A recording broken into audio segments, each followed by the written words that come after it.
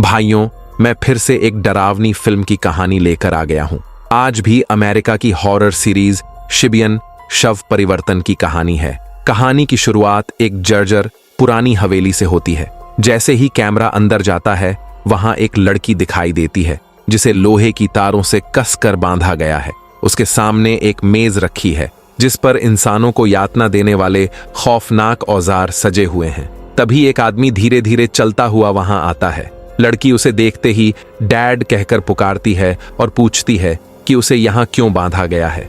वह यह भी सवाल करती है कि आसपास खड़े ये अजीब और डरावने लोग आखिर कौन हैं। आदमी जवाब देता है कि ये सभी अच्छे लोग हैं और उसे बचाने आए हैं। इसके बाद लड़की अपनी माँ के बारे में पूछती है। आदमी बताता है कि उसकी माँ अब इस दुनिया में नहीं रही और जोर देकर कहता है कि माँ की हत्या उसी लड़की ने की थी।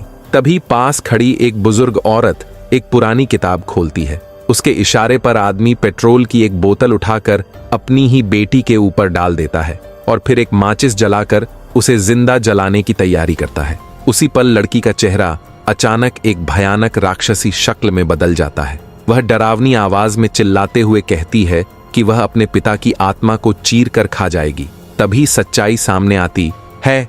लड़की पर किसी दुष्ट आत्मा का साया आ चुका था। हालात को समझते ही पिता बिना देर किए अपनी बंदूक उठाता है और अपनी ही बेटी की जान ले लेता है ताकि उस बुरी आत्मा को वहीं खत्म कर सके। इसके बाद वह उस दुष्ट शक्ति को उसी जगह पर सील कर देता है। अब कहानी एक नया मोड़ लेती है। कुछ जोशीले और बेफिक्र युवा गाड़ी से उसी हवेली पर पहुंचते हैं।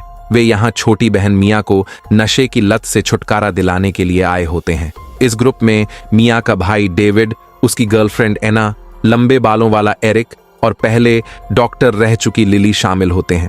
जैसे ही वे सब इस घर के अंदर कदम रखते हैं, उन्हें एक अजीब और सड़ी गली बदबू महसूस होती है, मानो कोई चीज लंबे समय से सड़ रही हो। डेविड अंदाजा लगाता है कि शायद पहले यहाँ कुछ मौज मस्ती करने वाले लोग आए होंगे और वही गंदगी छोड़ गए होंगे। आखिरकार माँ की मौत के बाद से डेविड और मिया शहर में रहने लगे थे और यह घर अक्सर लोगों के लिए कैंपिंग की जगह बन गया था। लेकिन मिया को यह बदबू बिल्कुल सहन नहीं होती। उसे समझ नहीं आता कि यह नशे की तलब की वजह से है या किसी और कारण से, पर यह गंध उसे बेचैन कर देती है। आखिरकार बदबू का सच जानने के लिए सभी लोग घर के अंदर अलग अलग जगहों पर उस गंध के स्रोत को ढूंढने लगते हैं। इसी दौरान पास खड़ा काला कुत्ता अचानक अजीब हरकत करने लगता है, जैसे उसे किसी गड़बड़ी का एहसास हो गया हो। डेविड तुरंत जमीन पर पड़ी चादर को हटाता है और चादर के नीचे खून के धब्बे दिखाई देते हैं। ठीक वहीं पास में बेसमेंट में जाने का रास्ता भी नजर आता है। जैसे ही डेविड ढक्कन खोलता है, एक तेज और सड़ी हुई बदबू सीधा मुंह पर आ लगती है। डेविड और एरिक उस बदबू के पीछे पीछे नीचे उतरते हैं। वे एक कमरे का दरवाजा खोलते हैं और अंदर का नजारा देखकर सन्न रह जाते हैं। कमरे में चारों तरफ बिल्लियों की लाशें टंगी हुई होती हैं और एक लकड़ी के खंभे पर जली हुई आग के निशान भी मौजूद होते हैं। अलौकिक घटनाओं में गहरी दिलचस्पी रखने वाला एरिक एक नजर में समझ जाता है कि यहाँ कभी किसी रहस्यमयी तांत्रिक या काले जादू की रस्म की गई थी। वहीं पास रखी एक पुरानी किताब उसकी इस बात की पुष्टि भी कर देती है।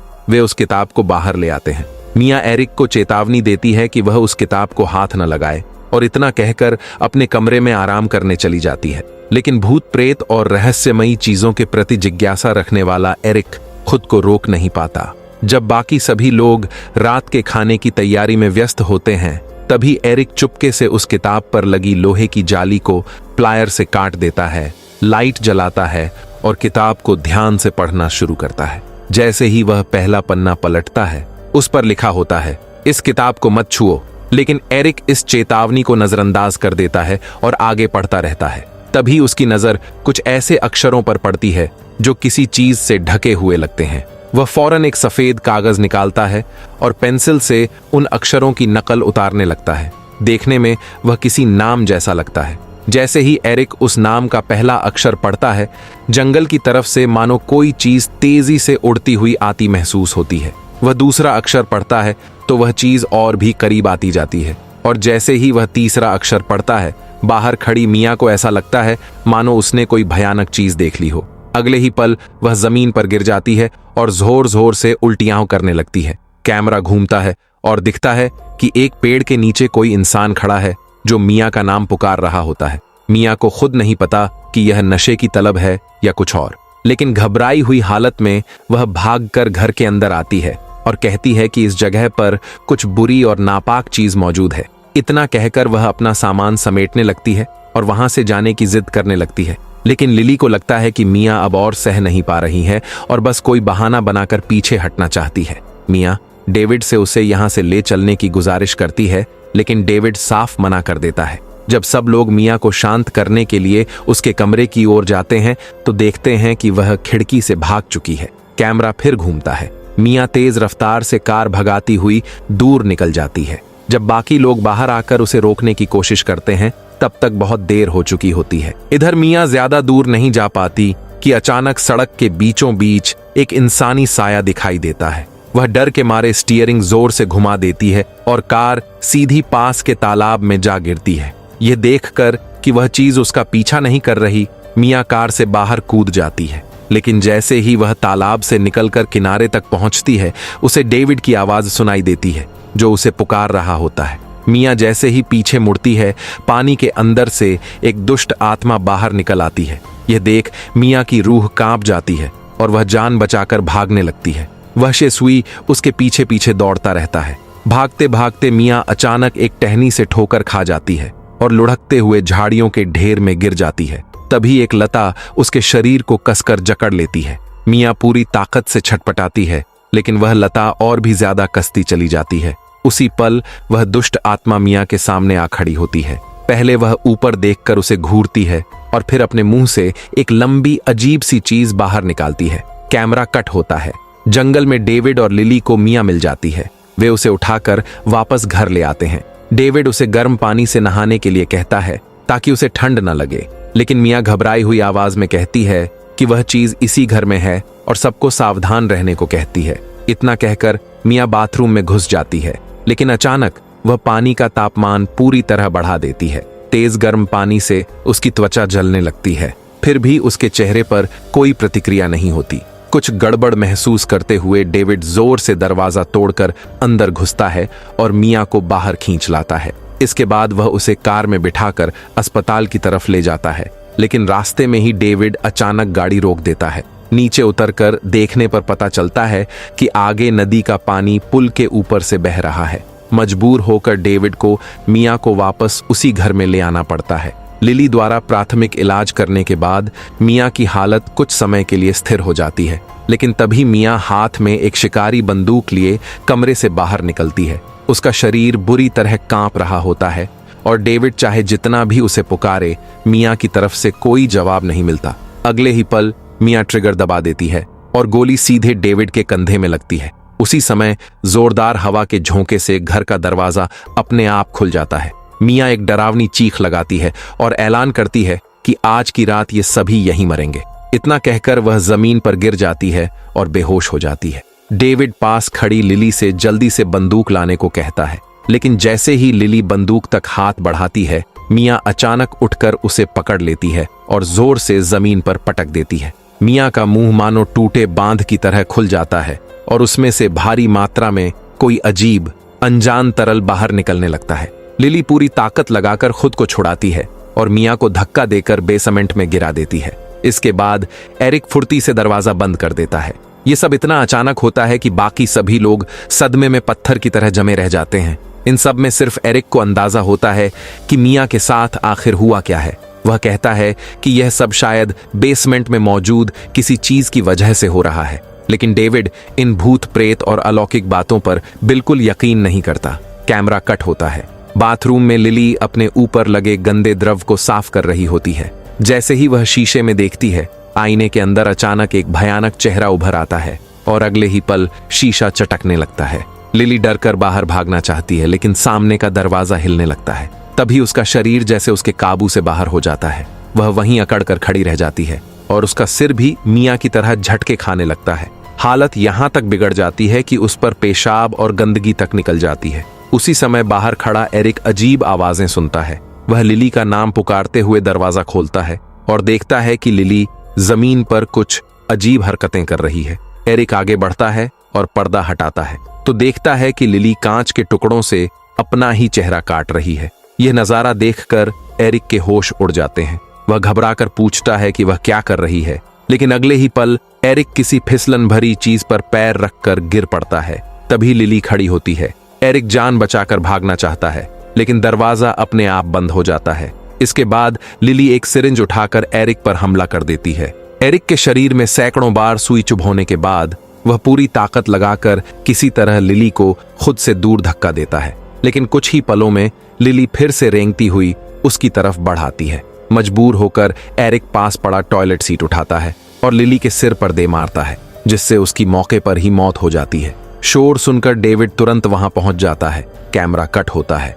डेविड एरिक के जख्मों पर पट्टी बांध रहा होता है। एरिक उसे बताता है कि इन सारी अजीब घटनाओं की वजह शायद वही किताब है जिसे उसने छुआ था। उसी किताब के कारण एक खतरनाक दुष्ट आत्मा आजाद हो गई है। वह यह भी साफ करता है कि उसने जिस लिली को मारा वह असली लिली नहीं थी, लेकिन डेविड इन सब अलौकिक बातों पर भरोसा करने को तैयार नहीं होता। इधर एना जब किचन में कुछ लेने जाती है, तभी बेसमेंट का दरवाजा अपने आप धीरे धीरे खुल जाता है। वह डेविड को बताने के लिए मुड़ती ही है कि तभी नीचे से मिया की आवाज उसे रोक लेती है।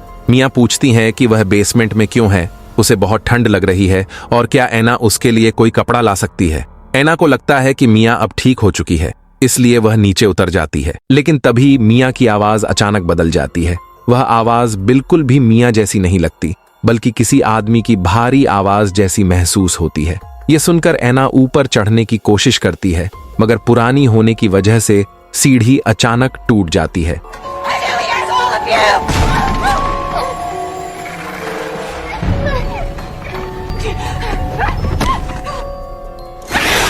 कैमरा फिर बदलता है। जब डेविड बेसमेंट का दरवाजा खोलता है तो वह देखता है कि मिया एना के ऊपर कोई अजीब चीज उगल रही है। डेविड तुरंत एना को खींचकर बाहर निकालता है और बेसमेंट को लोहे की जंजीरों से बंद कर देता है। एरिक का मानना होता है कि अगर उस किताब को जला दिया जाए तो यह सब खत्म हो सकता है, लेकिन चाहे जितनी कोशिश की जाए वह किताब जलती ही नहीं। एरिक गहराई से किताब का अध्ययन करता है और आखिरकार एक भयानक सच तक पहुंचता है। सब कुछ रोकने का सिर्फ एक ही तरीका है, मिया को मारना।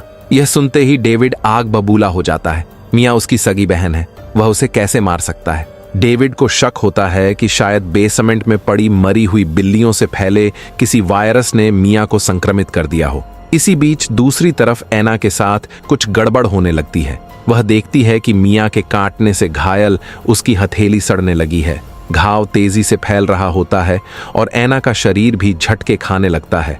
ये इस बात का संकेत होता है कि अब एना का दिमाग भी उस दुष्ट आत्मा के कब्जे में जाने वाला है। इसी दौरान एना की नजर रसोई में रखी मांस काटने वाली इलेक्ट्रिक आरी पर पड़ती है। वह अचानक उसका स्विच ऑन कर देती है। ज्यादा लोड पड़ते ही पूरे घर की बिजली चली जाती है। डेविड और एरिक घबराकर रसोई की तरफ भागते हैं। वहां का नजारा देखकर दोनों के होश उड़ जाते हैं। रसोई खून से भरी होती है और एना अपनी दाईं बांह खुद काट चुकी होती है। दोनों पूरी कोशिश करते हैं कि उसकी जान बच जाए, लेकिन ज्यादा खून बह जाने की वजह से एना की वहीं मौत हो जाती है। यह सब देखकर डेविड का दिल पत्थर हो जाता है। अब वह ठान लेता है कि इस डरावने सिलसिले को खत्म करने के लिए उसे मिया को मारना ही होगा। किताब में लिखा होता है कि इसका सिर्फ दो ही तरीका का है, पहला जला देना और दूसरा जिंदा दफनाना। डेविड पूरे घर में पेट्रोल डाल देता है और सब कुछ जलाने की तैयारी करता है। जैसे ही वह लाइटर जलाने ही वाला होता है, तभी बेसमेंट से मिया की आवाज आती है। वह गाना गा रही होती है, वही गाना जो बचपन में वह अक्सर डेविड के लिए गाया करती थी। डेविड दीवार पर लगी पुरानी तस्वीरों को देखता है। उन यादों के सामने वह आग लगाने की हिम्मत नहीं जुटा पाता। तभी अचानक बाहर जोरदार बिजली गिरती है और एक पेड़ में आग लग जाती है। उसी पल डेविड के दिमाग में एक और उपाय आता है। वह दौड़कर स्टोर रूम से 2 सुइयां लाता है और एक मशीन की मदद से एक अस्थाई हार्ट पेसमेकर तैयार करता है। घर के बाहर गड्ढा खोदने के बाद डेविड बेसमेंट का दरवाजा खोलकर अंदर जाता है, लेकिन काफी ढूंढने के बावजूद मिया कहीं नजर नहीं आती। जैसे ही उसकी नजर एक पानी से भरे गड्ढे पर पड़ती है, तभी मिया अचानक हाथ में चाकू लिए उस पर झपट पड़ती है। वह डेविड को दूर फेंक देती है और फिर उसे पानी में दबाकर डुबोने की कोशिश करती है। उसी वक्त एरिक पीछे से आकर मिया को बेहोश कर देता है, लेकिन इसी दौरान मिया एरिक के पेट में चाकू घोंप देती है। ज्यादा खून बहने की वजह से एरिक वहीं दम तोड़ देता है। कैमरा बदलता है।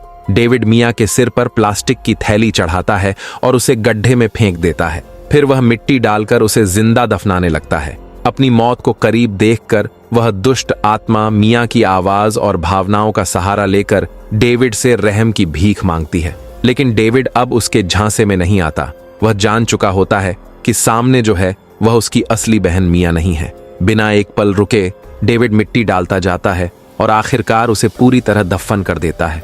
थोड़ी देर बाद डेविड बाहर लगभग आधे घंटे तक इंतजार करता है। फिर वह जल्दी से मिट्टी हटाकर मिया को बाहर निकालता है और अपने बनाए हुए अस्थाई पेसमेकर से उसे बिजली का झटका देता है। लेकिन बार बार करंट देने के बावजूद मिया में जीवन के कोई भी लक्षण दिखाई नहीं देते। हार मान चुका डेविड वहां से जाने की तैयारी करता है। तभी पीछे से मिया की आवाज उसे रोक लेती है। डेविड मुड़कर देखता है तो हैरान रह जाता है। मिया अपने पैरों पर खड़ी होती है। वह दौड़कर अपनी बहन को जोर से गले लगा लेता है। पूरी तरह यकीन हो जाने के बाद कि यह असली मिया है, डेविड घर के अंदर कार की चाबियां लेने चला जाता है। लेकिन उसी पल एरिक अचानक डेविड के पीछे प्रकट होता है और चाकू से उसकी गर्दन पर वार कर देता है। तब सच्चाई सामने आती है। दुष्ट आत्मा मरी नहीं थी, बल्कि वह एरिक के शरीर में समा चुकी थी। शोर सुनकर मिया दौड़ती हुई अंदर आती है। डेविड समझ जाता है कि अब उसके बचने की कोई उम्मीद नहीं है। वह पूरी ताकत से मिया को भागने के लिए चिल्लाता है और तुरंत दरवाजा बंद कर देता है। मिया बाहर से दरवाजा पीटती रहती है, लेकिन तभी अंदर से जोरदार धमाके की आवाज आती है। डेविड तेल के ड्रम को गोली मारकर विस्फोट कर देता है और उस दुष्ट आत्मा के साथ खुद को भी खत्म कर लेता है। इस भयावह रात के बाद उन 5 लोगों में से सिर्फ मिया ही जिंदा बचती है और यहीं पर इस डरावनी कहानी का अंत हो जाता है।